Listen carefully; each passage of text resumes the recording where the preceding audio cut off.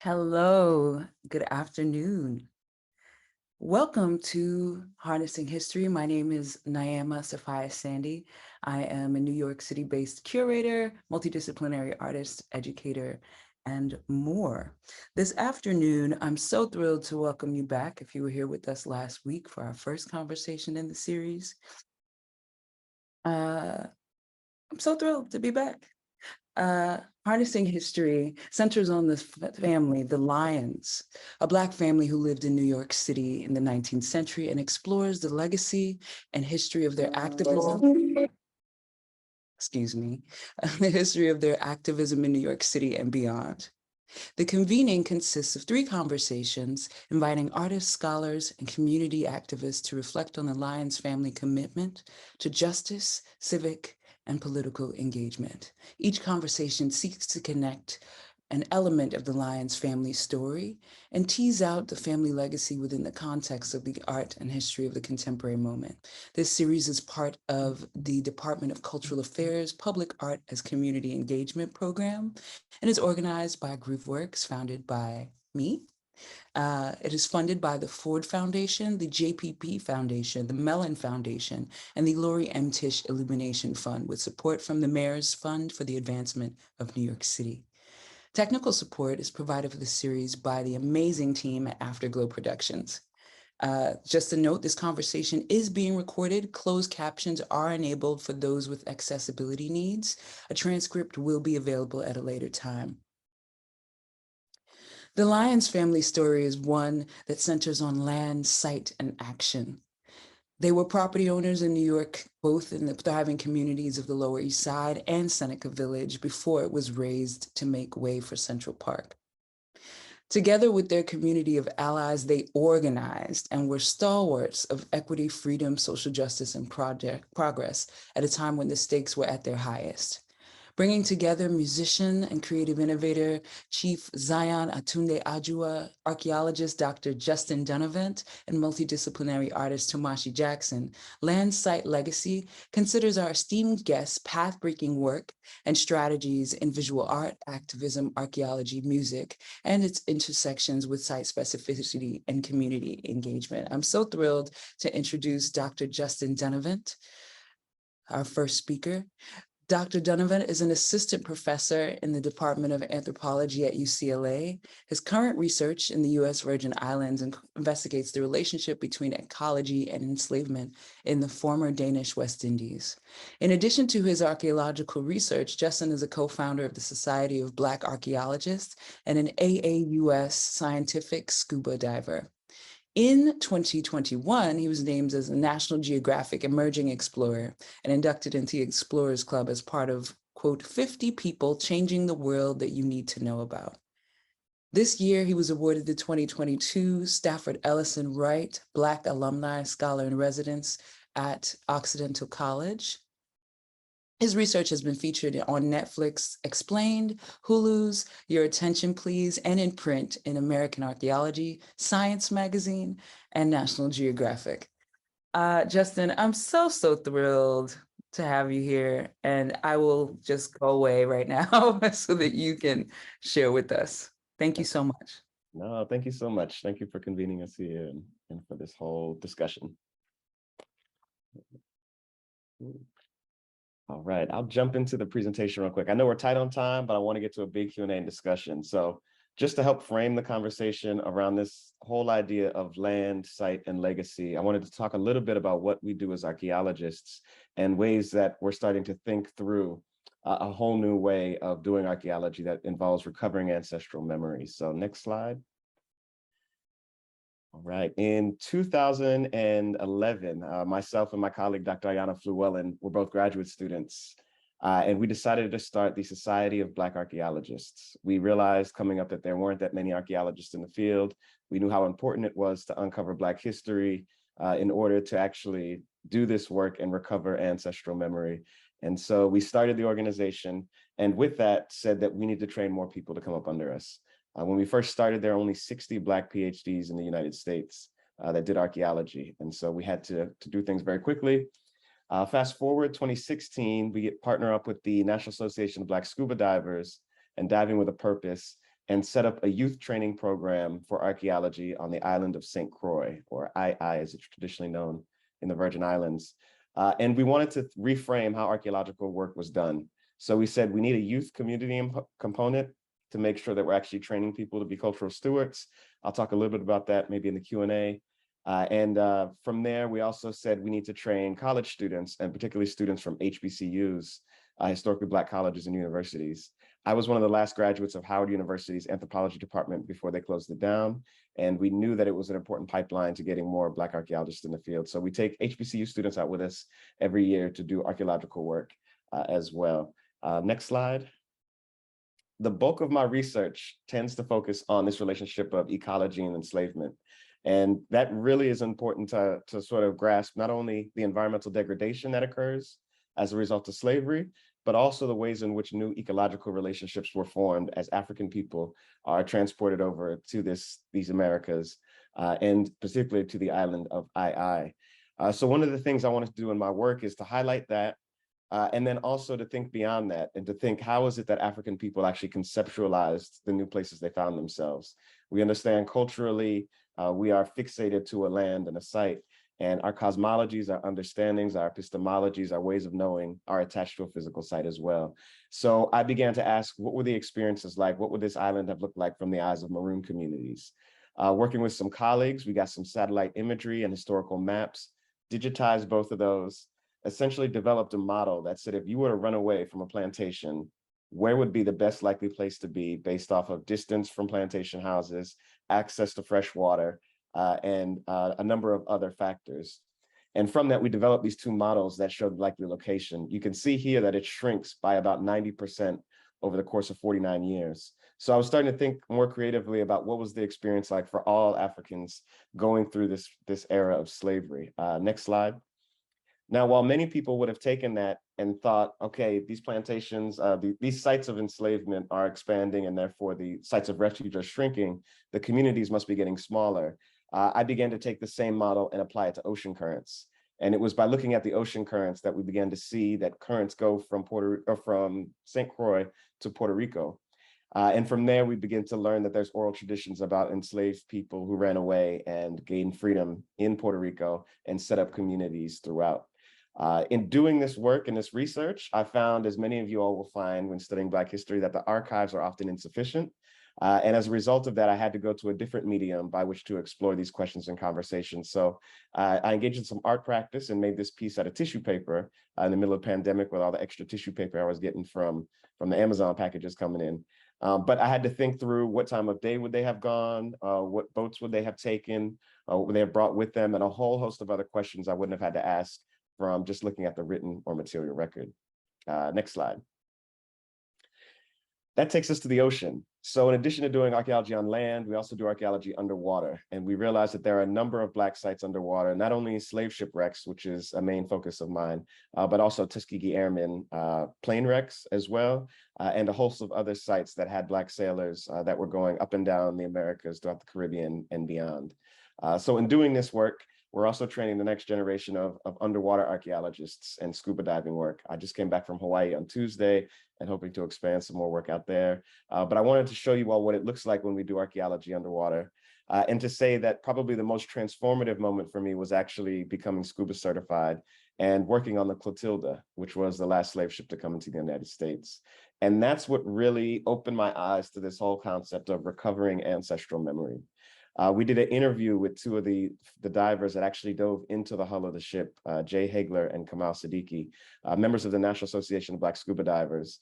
And in it, they talked about this sort of energy release that they felt when they entered into the hull of the ship.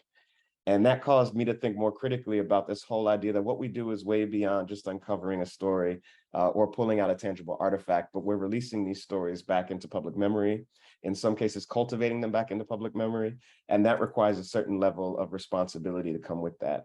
Not different from what scribes used to do or what griots used to do and still do today. So we're thinking creatively about what that looks like in this present moment. I'll go to the next slide just to wrap it up, because I know we're shortish on time, and to talk a little bit about what the next project is going to be. So Clotilda was a powerful moment for me in many ways. I found out while I was working on the ship that my grandfather's actually buried in Alabama. which I didn't know. And the ship is off the coast of Mobile, Alabama. When I came back, I was going and putting up my grandmother's books in my office. And people in National Geographic and other entities have always asked me, what's the next project going to be? And I said, well, if I had unlimited resources, I would look for the Black Star Line ships. And I was putting steps in motion, had conversations with a number of individuals. And then just at the right time, after I came back from the Clotilda, as I was putting my grandmother's book on the shelf, this index card dropped out of one of her books from her library. And it's a note card of notes she took on Marcus Garvey and the Black Star Line, with the name Marcus Garvey highlighted specifically. And that reinforced this idea that what we're doing here is actually building off of legacies of people that came before us, and the responsibility that we have to promote this ancestral memory. So I'm going to leave it there so that we can have a bigger Q&A when we have this discussion, but I think it's critical to the Lions conversation and to the work around Seneca Village today. So thank you. Thank you so much, Justin. I'm so thrilled again to have had you here with us. Next, I will introduce Tomashi Jackson. Tomashi Jackson is a multidisciplinary artist working across painting, textile, sculpture, and video to place formal and material investigations in dialogue with recent histories of displacement and disenfranchisement of people of color, resulting in formalist compositions of exuberant color, bold geometries, and intricate layering of material. Jackson's research-heavy pieces connect histories and archives centered on systemic abuse and displacement. Her past work has explored educational segregation in the United States, the history of Seneca Village, a predominantly Black middle-class community that was destroyed to create Central Park. Other inspirations include the experiences of BIPOC families living on Long Island's East End. Jackson received her BFA from Cooper Union, her MFA from Yale. She studied at the Skowhegan School of Painting and Sculpture. Her work has been exhibited in the 2019 Whitney Biennial, Baltimore Museum of Art, the Guggenheim Museum, and the Museum of Fine Arts, Boston. It belongs in the collections of major institutions, including the Pizzuti Collection, the Whitney Museum of American Art, and the Museum of Contemporary Art, Los Angeles. Thank you so much, Tomashi, for joining us and really just answering all of my sort of like random phone calls. So thank you. And I'm so pleased to have you with us. I will leave so you can chat. Thank you. Thank you, Naima, for having me. Let's jump to the slides. It's really great to be here. So I'll start off. Through my work, I ask questions about parallels between the present and past. And in 2019, I came across the journalism of Kelly Mena, Stephen Witt, and Shubhasa Berg in what was then called Kings County Politics. They were the only journalists in the city of New York covering the rash of clustered foreclosures and seizures of fully paid for properties owned by Black and Latino community members in rapidly gentrifying neighborhoods in Brooklyn and other boroughs. I immediately thought of Seneca Village and how little I knew about Seneca Village, but it seemed like there was a parallel. Let's go to the next slide. I thought of historic parallels around the displacement of communities of color. The librarians at my alma mater at the Cooper Union for the Advancement of Science and Art helped me and led me to the 1996 text, The Park and the People, A History of Central Park by Roy Rosenzweig and Elizabeth Blackmar, published by Cornell University Press. This was the first historic work on the park to address the community that had been there before, being raised for the creation of Central Park, for Olmsted's Central Park. And my key, the key in my inquiry was actually in the acknowledgements, where they thanked Bruce Adams and John Van Nostrand at the Bureau of Old Records and Condemnation Records, and they provided a congenial setting for our research into the acquisition of the parkland and the displacement of those who lived on it. And then they go on to thank the Schomburg Center. So let's go to the next slide. So I was first introduced to the Lions in those demolition records the authors found at the Bureau of Old Records and Condemnation Records. And from this, along with the work of a dear friend who's a foreclosure specialist, Kesu Park, her piece, Money, Mortgages, and the Conquest of America, published in the Law and Social Inquiry Journal of the American Bar Association. From all of this, I produced a body of work that was shown at Tilton Gallery called Time Out of Mind, and in the 2019 Whitney Biennial. Next slide. This effort ended up culminating, oh, I made buttons, yeah. For some reason, I wanted to make buttons. I made these buttons with the faces of the Lyonses and also with headlines from the journalism about contemporary seizures of fully paid for properties through the third-party transfer program, which emerged out of the 70s in an effort to address abandoned and blighted properties in New York City, handing them over to third-party not-for-profits for the development of those communities. But in the present, these properties were being taken by like fully present owners without their knowledge or consent. Let's go to the next slide. So this effort culminated in an exciting panel for our education component for the 2019 Whitney Biennial. And I'll just read this really, really exciting list of people who were present to really bring this history to life. So the effort draws parallels between the history of and contemporary practices of redevelopment that rely on targeted dispossession of Black and Brown property owners through the third-party transfer program. And all of this was really revolutionized by the displacement of people in Seneca Village. The use of eminent domain was really radicalized by that act, and we continue to live with it today. So the people who were present included Tourmaline, Shubhasa Berg, Diana Dizarega Wall, Meredith B. Lynn, Kelly Mena, Kesu Park, Nan Rothschild, Marie Warsh, and Stephen Witt. Let's go to the next slide. So that's available on YouTube for anyone who wants to watch it. It's really, really exciting. And then finally, Naima asked me to mention this because it was through this project that we met at the Watermill Center.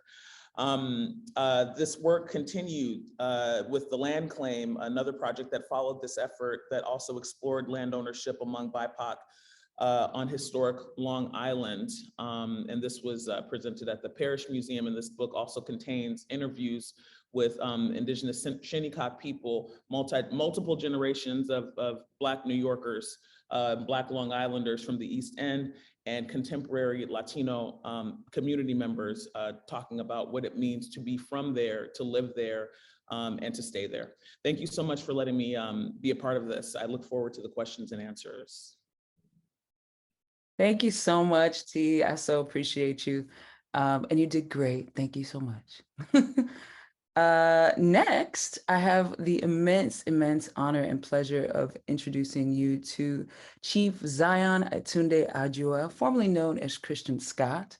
Chief Atunde is a 2-time Edison Award-winning and 5-time Grammy Award-nominated sonic architect, multi-instrumentalist, composer, producer, designer of innovative technologies and musical instruments, as well as the founder of the Stretch Music record label and app.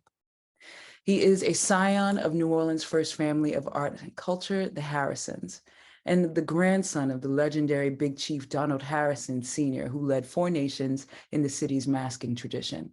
Adjuah currently serves as chieftain of the Shotokan Nation of the Black Tribes of New Orleans.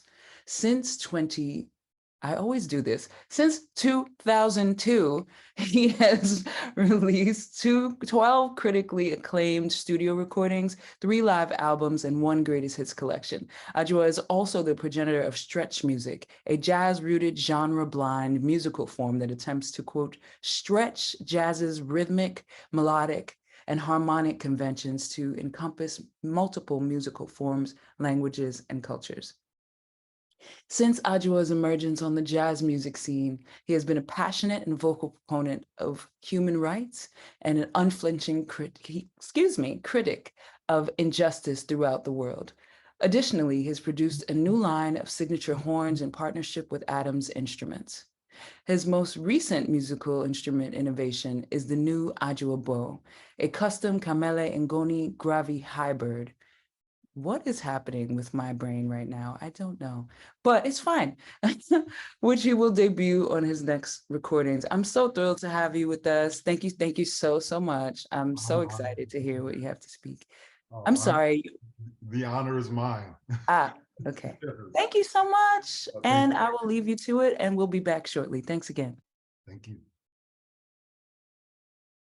Okay, so we're going to jump straight into the slides. The first one that you guys see here is a picture of my grandfather, the late great Big Chief Donald Harrison Sr. He was the only man to lead 4 nations of Black Indians or Maroons in Southeast Louisiana, New Orleans, this area. When I was a little boy, I grew up in his home under him and learned many of these African retentions, many of these traditions from him. He is a guy that is really notable in this culture, not just for leading the most nations in history, but also because he was really intentional about making sure that we reclaimed our ancestral legacies, our ancestral cultural energies, and also land. So a pivotal figure and a high chieftain for us in the Maroon culture of Louisiana. Next slide, please. The man that you see pictured here is his son, Donald Harrison Jr. He happens to be in Congo Square, which is sort of a ground zero for everything Afrocentric in New Orleans. This is the space where Africans were allowed to maintain their traditions, their rhythmic musical traditions, their culinary artistic traditions, and things of this nature. My Uncle Donald is the chief of Congo Square. This is also the area where my grandfather would have his gatherings and powwows and practices as well. You also see that pictured here. He is in his ceremonial regalia, a really beautiful ceremonial regalia, but he's also holding an alto saxophone as he plays and serenades an area where we know that the ancestors used to congregate. Another notable thing about my Uncle Donald, the son of Donald Sr., the preceding slide, is that for creative improvisers, and if you prefer to use pejorative and belittling terminology, you can say jazz, we prefer to say stretch music. He is arguably the greatest alto saxophonist in the last 60 to 70 years after Charlie Parker's playing. So, anyone that is familiar with jazz or the lexicon of that music in the modern moment would know who this person is. I am a direct byproduct of his commitment to his incredible commitment to the music and comprehensively built mastery based in actually not just being a chieftain, but being rooted in the Maroon traditions, which are the rhythmic roots and harmonic roots of what we now call jazz. All right, next slide, please. All right, so here is an incredible photograph, which is a really, really rare one. This is a moment where you actually see my Uncle Donald and my grandfather together without their ceremonial regalia in a cultural practice that we refer to as a jazz funeral or a second line. The second line generally refers to the second line of practitioners that come to these kinds of cultural exhibitions that do not linearly have anything to do with why we're gathering. But in this moment, it looks like he's in the Treme neighborhood, maybe outside of St. Augustine Church. And my uncle is playing with a brass band, and you see my grandfather, who was an avid jazz fan and listener, and a person that actually had the largest collection of jazz LPs in the region, cheering on his young champion and son while he plays with this second line. Next slide, please. All right, so this is a photograph, a very special photograph actually, of my twin brother Kyle and I as youngers dressed out as Obas. There in the back, you see my grandfather to his right, my Aunt Sharice, and my cousin Brian to his left. What's really significant about this moment as it relates to the types of the bandwidth of Maroonage that we have in Louisiana, but specifically the cultural tenet and aspects of Maroonage, the cultural Maroonage we have in Louisiana, is because it shows him being willing to actually complicate some of the argument in terms of the ceremonial regalia about where these cultures are rooted. I mentioned before that, oftentimes this culture is referred to as Black Indian, which is sort of a complicated term as it relates to the fuller history of this culture. But this was a man that was intentional about excavating and digging up the roots of where these retentions came from. And one of the core pillars of this, these narratives and myths and stories that you learn about this culture is that a lot of the stories are rooted in these stories of these Obas coming here and helping to actually liberate so many of the Africans in the first few generations of New Orleanians. So you can go to the next slide. All right, so here what we're seeing is the the Big Chief Donald Harrison Senior Museum. This is a museum dedicated to my grandfather. It also houses the Guardians Institute, which is a nonprofit for cultural retention that my grandmother, our Obahema, or High Queen or Queen Mother, created right after the turn of the millennia to make sure that the youth in our neighborhood had the ability to retain these sorts of things through having a hub and a reservoir for creative practice in alignment with those cultural exhibitions. So here you can learn a myriad of things, everything from West African rhythmic retention to the culinary arts to financial and fiscal literacy courses and things of this nature. The museum is actually housed on my family property. Immediately to the left of the museum, you see this sort of haint blue house painted, that's right next to the museum. And this is the space that I grew up in and my family home. All right, next slide. So as a part of the programming for Guardians Institute, in the Donald Harrison Senior Museum, one of the main components of programming centers around literacy.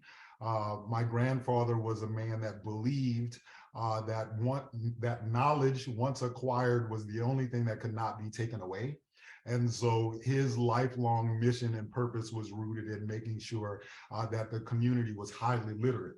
And so what you see here is we have looks like a little chieftain handing out some books to some of his peers at an area elementary school. Hovering above him is my grandmother, our matriarch, Hariste Harrison, who runs the program.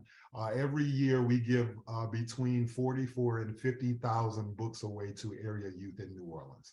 Next slide, please. All right, so this is, I really love this photograph. This is a performance of my band playing at Studio B, which was an incredible moment in New Orleanian history, led by a great visual artist named Brandon B. Mike Odoms, who took all of these areas that had been dilapidated and left and abandoned in New Orleans on the West Bank and decided that he was gonna go and find a bunch of really incredible designers and visual artists that tag and spray paint to build this beautiful tapestry of graphic art inside the confines of these dilapidated spaces. And this was us playing a concert to commemorate the great deeds that he did in that moment. Next slide. Okay, so this is a picture of me. Looks like I'm being prepared of putting a microphone on at the Donald Harrison Museum. So this is a snapshot of what some of it looks like inside. You can see some of the small pieces of ceremonial regalia and things of that nature. Next slide. Okay, all right, I think I'm getting the hook now. All right, this is great. So this is another photograph in ceremonial regalia, but this one happens to be of me around the moment that I became chief. And you can also see my horns in the photograph as well. Thank you so much, Chief. Always an honor. I'm going to actually bring everyone back for our conversation together.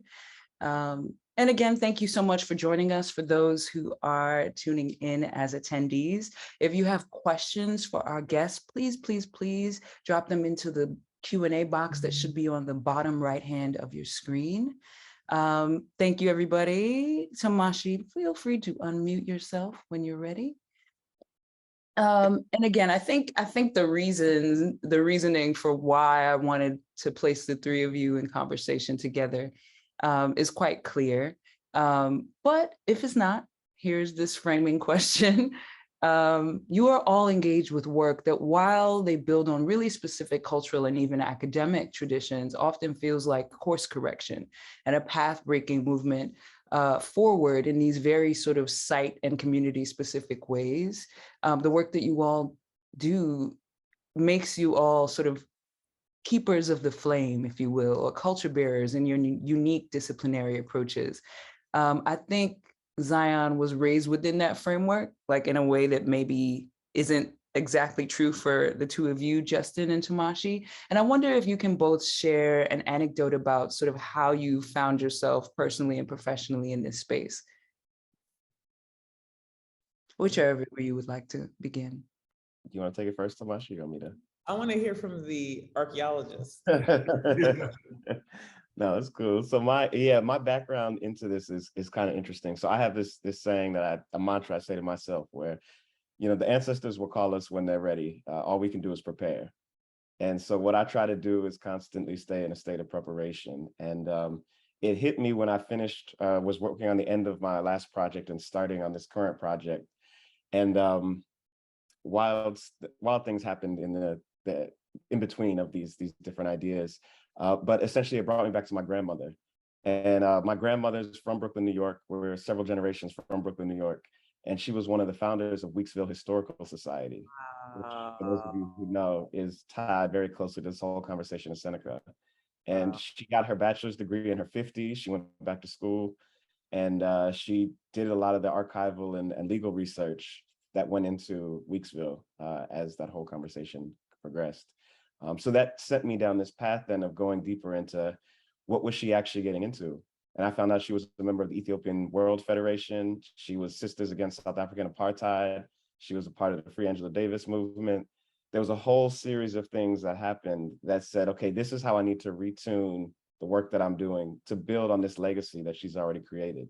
And I think one of the things that's critical in that is being able to now use the skills that we have and build it out bigger. And the last thing I'll say, I think that just winds all of us together, is this idea that we get to a point where what we have at our disposal is no longer sufficient enough to convey what needs to be conveyed or done.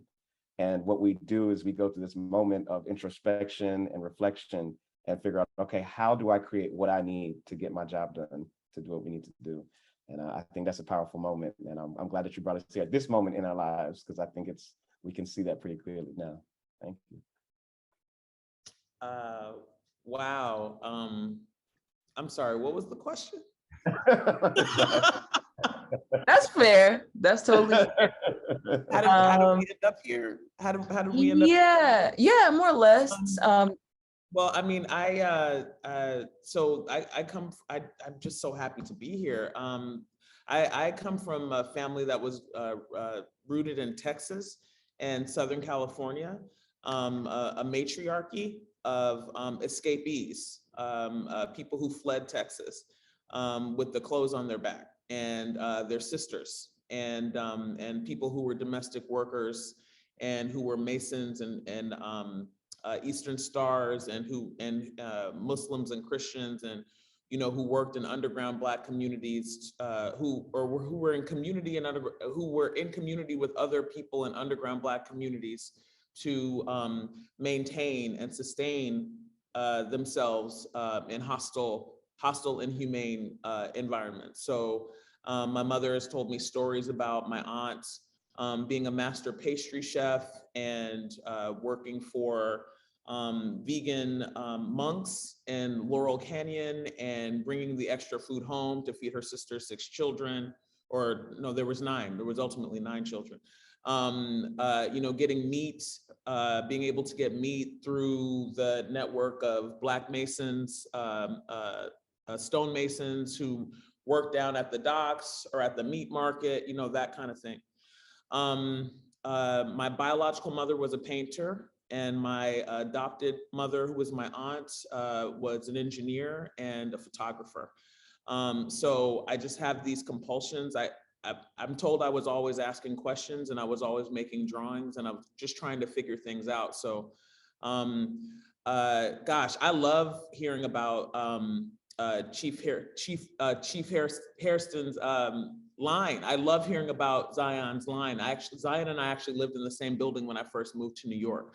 So I feel like I'm coming home, hearing more about your family, but I don't have those kind of documents. I don't have, like to hear about Justin putting away his grandmother's books. It just makes my heart ache. I'm constantly trying to ask questions about why things are the way they are to make my artwork be the document. So I come from a family that lost a lot on the journey out and through. And so I feel like my responsibility is to be awake and to have my eyes open to ask questions about parallels between the present and the past, and to use the work and the projects to make documents that I can hold on to now. And that maybe will be of use in the future. Something I forgot to mention, I realized, the Lyons family, something that I learned about the Lyons family that was fascinating to me was that they own so much property because property ownership was a condition for suffrage in antebellum New York. I just want to read real quick from the book.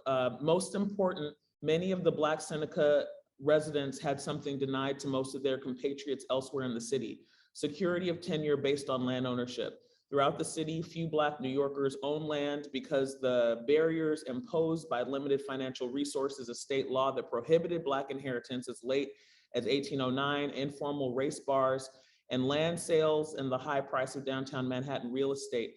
In 1850, census takers counted only 71 Black property owners. 10 years later, that number had grown only slightly to 85. Among Black Seneca Village residents, land ownership rates were extraordinarily high, with more than half of the Black households in Seneca Village in 1855 owning property. Black American residents there had a rate of property ownership five times as great as New Yorkers as a whole. In 1850, Black Seneca villagers were 39 times as likely to own property as other Black New Yorkers. So yeah, I look to understand my history through understanding our collective history better. And I want to actually add something per that specific area of thinking. So in 1820, the law in New York State changes. Previously, it just was that you had to be a white man to vote. And then they changed it so that you had to have $200 worth of property in addition to whatever else, being a man, obviously. And so, you start to see in Seneca Village plots of land being purchased from 1824 to 1825. 1824, for those of you who are versed in New York State history, is when, theoretically anyway, slavery gets abolished in New York State. But then, of course, because the rules always change, don't they? A 3-year period of apprenticeship is then instituted. So really, people don't begin to actually have their own autonomy fully until 1827, which by that point, many people are beginning to move and reside in Seneca Village, purposefully building community together. And then, of course, to connect with Weeksville, Weeksville begins to happen about 20 years later. Yep. Yeah. Yep. So 10 years later. Zion, you touched on your family's involvement with the masking tradition in New Orleans. It is at once a celebration of African retention, but also a very sort of like New World specific thing, a mandate really of affirming community-based strategies of self-regard, protection, and resistance. We also know New Orleans to be the cradle of the jazz tradition, and there is no doubt that those two frameworks are connected. And I wonder about the ways that those two traditions operate in tandem for you, even if you even make a distinction between them, actually, and how they shape and inform what you're building through your work as a steward in the community, a musician and record executive as well. Yeah, to me, they're wholly connected. The only disconnect that I see is when we use terminology like jazz, right? Based in a sort of initiated stance and view on that type of nomenclature, right? Because this is traditionally a belittling and pejorative term, right? We understand the root of it.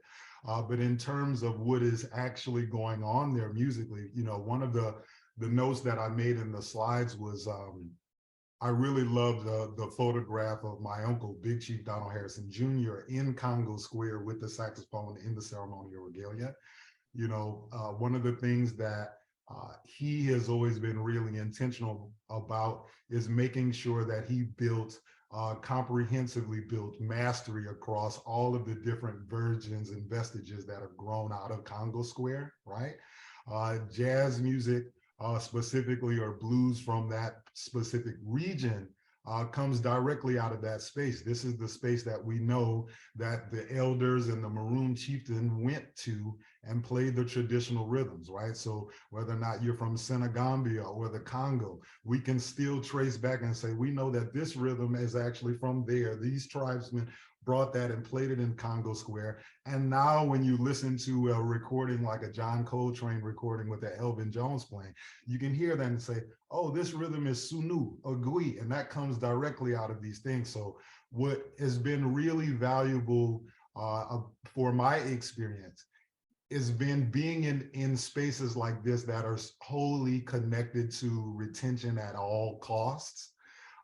These are folks that are going to not only lean on these histories and make sure that they excavate everything possible linearly in terms of who they're connected to, but that are also going to do the very diligent work of going about the business of excavating those things from the roots, right? So when you talk about a person like me or my Uncle Donald, these are also folks that are going to go to West African spaces and learn from the Babas. They're going to go to the Afro-Caribbean and get with the folks in Cuba that are playing guaguancó music or playing these styles and try to find the synergies in that. So to me, there's really no disconnect. I think anyone that goes to New Orleans and hangs around the Black community there, whether or not you're with the masking chiefs, or whether or not you're with the second line bands, or whether or not you're with the social aid and pleasure clubs or these spaces, you are going to see that jazz is built into and interwoven into every aspect of our culture is improvisational, right? But so much of that is also tied into the fact that we have had to be that as a means of surviving in such a arguably treacherous and environment historically for those people. So yes, they're wholly connected. Thank you. However, I'm not sure you actually answered the question that I asked you. Okay. I'm wondering about like how that actually informs what you're doing musically, but also as a record executive within the context of stretch music and the way. Yeah, absolutely. Well, Yeah. the way that it informs what's going on musically is that none of the music exists without it as a root, right? So if I'm playing the blues, or if I'm playing spasm music or shout music, you know, music that maybe some people might correlate to a Pentecostal church, or the types of music that you might hear in a second line. If you listen to that music closely, when you listen and hear rock and roll in the 50s or rhythm and blues music in the 40s, 50s, 60s, all of these things that have grown, all of that music, not some of it, all of it has its root rhythmically and in a lot of harmonic instances in Congo Square. So for me, I cannot separate it at all, because it really is the skeleton key to expression and American expression, at least from the African rhythmic and harmonic rooted perspective. But as that relates to the record industry and my record label and apps and these sort of things, really so much of that is really rooted in equity, right? So anyone that signs to Stretch Music, the app company or the record label, they own all of their masters, they own all of the rights to their contributions, but these things come from me excavating stories about the first and early practitioners in this culture, essentially being fully dispossessed.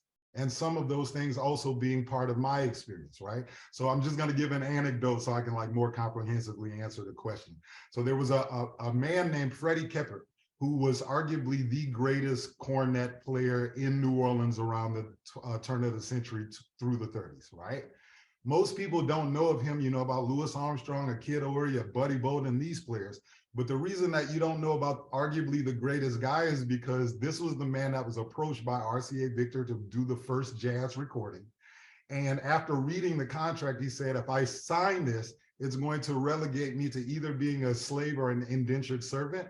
And if I sign it, everyone else will sign into slavery. So I won't do it.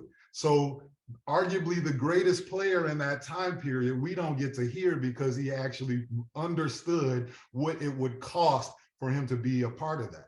So as it relates to my experience, when I first signed to Universal Music and Concord Records in 2002, 2003, I'm not, you know, I have some information about the music business. Some of my elders are saying some things and teaching me different things, but I don't have a comprehensively built means to actually battle some of the impediments and things that I'm facing, right? So I signed into a space that's not exactly built for artists to actually flourish. So when I left in 2011, this is around the time where streaming and all of these things were picking up, and you were seeing a more codified and united front in terms of dispossessing artists. And so what I wanted to do was to try and create a label space that was built around equity so that we could create a sustainable floor in reality to free some practitioners that were looking to be emancipated from the older systemic ills. And to also create another means for them to secondarily monetize or remonetize the first recorded asset, thus growing their assets exponentially, which is why we created the app company. So, but all of those things tie into the dispossession of our people in those spaces, and also the type of excavation and commitment to knowledge that was born from being around those spaces. Nailed it. Thank you. All right, cool. All right. So actually, this next one is for Tamashi. Your work so often incorporates this deeply intensive research. It's actually something that I really admire about you, and this easeful way that you really connect and build collaborative processes with the communities represented in your work. And I think in a lot of ways, and you sort of have touched on this in sharing a bit about your family with us, so much of that is actually because of who you are, right? But I also think that there's something methodological to that. And I wonder if you can speak to that a bit. Can you rephrase, Counselor? I can. So I'm wondering about this way that you've built of working with communities. You know, I witnessed it in person, you know, in the Hamptons with this land claim project that you did last year. But then you also have Brown 2, which is, you know, this project that you've done at the Radcliffe Institute at Harvard. Brilliant. Order that. Go on the Radcliffe site, order that. They'll send it to you for free because Harvard has lots of money, which is a whole other conversation. But I wonder about like what that process of you sort of deciding that was how you're going to work was, you know? Yeah, I think I can answer that now. I think it's has a lot to do with coming from Los Angeles. I grew up in LA in the 80s and 90s. I actually was thinking about this morning. I grew up in the colorful shadow of the Olympics, having been in Los Angeles in '83. So there were lots of fresh, large, beautiful murals. So I'm a child of the remnants of the Black Panthers, of the Chicano mural arts movement of Southern and Northern California. Roderick Sykes, Judith Baca, Noni Olabisi, Kent Twitchell. These were my heroes even before I knew their names. The city I grew up in was awash with, the built environment was awash with people's stories illustrated and visualized through painting. And I lived in Northern California. My grandparents owned a home there for 40 years on Alamo Square, when all of it was still called the Fillmore, before that displacement began and their neighborhood was renamed. When I got to San Francisco, my grandmother introduced me to all of the Black elders all around the park who owned their homes and who owned their businesses. And You know, she offered me up to paint signs for the barber shop and at the community center. You know, that's the way it was. The Chicano mural arts movement touched me there through the work of Juana Alicia, Emmanuel C. Montoya, Miranda Bergman, and Susan Cervantes and Presida Eyes Mural Arts Center. So I went there to go to art school, and then I dropped out to be a muralist apprentice. And so I kind of felt like I was really, I could never shake this feeling that I had some hand in being responsible for a public narrative. So when I got to New York and met Zion and his brother Kyle, and fell in with my dream school, the Cooper Union, also a very significant historically public place, the Great Hall being a public place where the NAACP in New York was founded, where all presidents until Bush Jr. Spoke on their campaign trails. I've just continued to be really just kind of nagged by these questions about the nature of public space and my responsibility to public space. So, the paintings that I make now are able to move around and carry public narratives. I started when I was at school, when I was Zion's neighbor, I started asking myself, how can a work of art be embedded with public, even if it's not a mural? Like how else can a work be public? Can it be embedded with issues of public concern and not necessarily didactically illustrated? Became kind of an obsession of mine. So the methodology is really important to me. The methodology allows me to embed through process narratives of public concern so that they can move around and be even more protected than the murals that I once loved that are almost all gone now. These works now live in public collections that will protect them after I die. They move around, they're all over the place now, and they will live on in publications and in these collections in public ways that I actually as a child only dreamed of. Well, that was an answer. Thank you so much. I think we are winding down. We're getting short on time, but I wondered if each of you could sort of share what is on the horizon for you. And again, for those of you watching, if you have questions, please drop them into the Q&A. We would love to hear from you.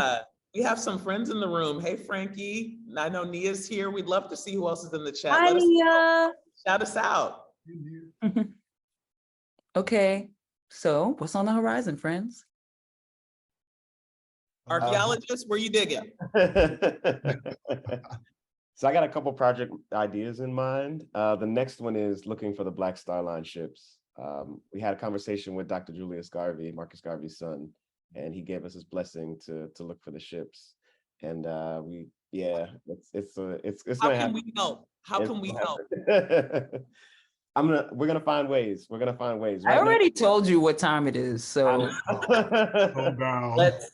we know there's one off the coast of Cuba, and there's likely one in Fort Lee, New Jersey, and there's an anchor actually in New York that we visited and took photos of, and are thinking through processes of how to do that. But we're doing all of it to have this larger conversation about what the UNIA ACL was, about conversations of individuals like Queen Mother Moore and all these other people who were so influential in expanding the vision and the method. And then to also talk about even more, what does UNIA look like today? And what are the images of it? We got Limon in Costa Rica and a whole bunch of other places that still have active Liberty Hall chapters. And tying it all back full circle, I used to volunteer at Liberty Hall in downtown Kingston, Jamaica when I was working at UWI. So there's a whole connection where all these things are starting to come back together. So they always do. Yeah. You can only do what you can do, right? That's true. And just a note to those using the chat. So some of you are only talking to us. So you want to change that to everyone. So Mashi, what is next for you? Thank you. Well, next up, I'm gonna be trying to figure out how I can use Justin's research or be a part of this project to make a body of paintings based on this search for the Black Star Line. That would be I amazing. just, I We'll have a love that. conversation. I love that I get to be here right now I'm because I want to be thinking here of when. music for it too. Look, I can already feel it. Okay, so next week, I'll be in New York installing my third show, a solo exhibition at Jack Tilton Gallery on East 76th Street, titled "The Great Society," exploring scenes of audiences. The press release is actually really good, so I'll let y'all go see that. But I've been interested in the Great Society legislation as we're living in this era of violent and traumatic rolling back of the intentions of that legislation packet that of course includes the Civil Rights Act, the Voting Rights Act, and I'm particularly interested in funding for public broadcasting, funding for public education, and funding for the arts, considering the arts and humanities as a public good was something that arose out of the Great Society, and I'm a beneficiary of that. So I attempt to crosshatch images of audiences of the Great Society and of Nina Simone's audience in 1969 at Morehouse College as she performed "To Be Young, Gifted, and Black" for the first time there. So we'd love to see you there on November 10. And then I have a show that's up at the Neuberger Museum of Art at SUNY Purchase called Slow Jams, the first ever exhibition of 10 years of my video work. And I'm gonna be trying to see Big Chief at the Blue Note. Hold on, wait a second. I do want to, for those who don't know what Great Society is, this is of course President Lyndon B. Johnson's whole claim to fame in terms of what his legacy wrought. Chief, All what right, do you Nathan. have? So recently what I've been working on the last couple of years is to try and build out new instruments, 21st century instruments, musical instruments, particularly ones that have ancestral memory for young Black children in them. So what you see behind me is the world's first Ajua bow. This is an instrument that's a hybrid of a danso ngoni, which is the traditional hunter's harps of Mali, a kora, which is an instrument, a double-sided West African harp that's traditionally used for griots and jelly to tell the songs that, the old songs and old stories. And I wanted to create an instrument that mixed those methodologies, but in a 21st century corollary, so that when young Black children in spaces like New Orleans or Harlem touch the instrument, it automatically has their ancestral memory and hands built within it. And so been building these instruments out. Obviously, most people know about the line of trumpets and things that I have, but the next run of records that are coming will not have trumpet on them. So the next record that's coming is called Bark Out Thunder, Roar Out Lightning, which is a record, for lack of a better way of putting it, to save the blues of the future. So we know that the blues comes not just from the Mississippi Delta and places like Mobile, Alabama, like Justin mentioned, and New Orleans, Louisiana, but the music is actually seated in West Africa. So I wanted to try and make a record and a few documents that illuminated the corollaries between the music of West Africa and the music of the Mississippi Delta in narrative and also song form and style. So hybridizing those things. And then just doing my daily sewing on the ceremonial regalia. This is the first time anyone is seeing this. One by my grandmother, she did here. I did all the stonework, and this will be my apron patch for my ceremonial regalia this year. So that's what I'm up to. Wow. I was like, well, where do we go after that? No, I'm kidding. I'm always prepared. So I think we have had those questions that have been sort of seeded, answered. Last two questions, we'll try to wrap this up because we have two questions and not that much time. So Tomashi, your land claim project feels especially timely. And I wonder if that work has shifted some elements of your thinking about how you approach that work. I don't understand the question. So within the framework of how you approach the land claim, you're working with that wonderful community of Shinnecock folks. Yes, a visual aid, thank you. I'm wondering about like whether the way that you wanted that project to happen versus the way that it actually happened, if that shifted something about how you want to approach projects like that in the future.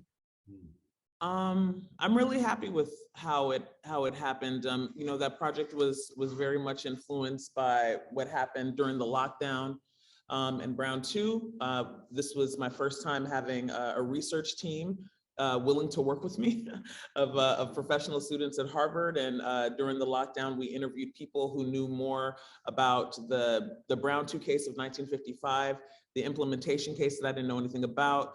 The Supreme Court unanimously voted to implement Brown after 54. You know, of course, in our world today, we could not even imagine a unanimous decision to fully fund and desegregate public schools. So we had conversations with people, and we recorded those conversations and transcribed them, and the work became a book unexpectedly. So that influenced what happened with the land claim, and I think it came out really well, so that the catalog actually is a Trojan horse for the undertold, underdocumented narratives of Shinnecock, Latino and Black people on the east end of Long Island, the land of the heart. So I'm really happy with it. It took a lot. I don't know how often I'll be doing that, but you know, it becomes an ecosystem of its own. You know, the work, the documents, the photography, and the book itself then becomes an archival object for future use and study. Nodding to Big Chief there, you know, to save the blues of the future. That's our time, you all. Thank you so much. I was like blinking away tears at one point. I cry on these a lot. It's a problem, but here we are. Thank you so much. I'm so grateful to each of you for allowing us to share in your work and your thinking and your brilliance. And so we'll, for our audience, be sharing just a little brief bit about what's next for Harnessing History. Thank you all so much. Thank you. Thank you. All right, so that was the second of our third conversations for Harnessing History, tracing the legacy of the Lyons family. Our next conversation next week will be Resistance as Cultural Praxis, which will feature artists Helena Metafaria, Jordan Seabury, and Attila Springer. You can register for that. We'll pop that link into the chat. That will also be next Saturday at 1 p.m. We like to kind of create patterns for people to follow here. So we look forward to seeing you then. Again, thank you so much. There will be a recording of this conversation available in the future. If you have questions or things that you didn't catch that you wanted to return to. Thank you so much and have a wonderful rest of your Saturday.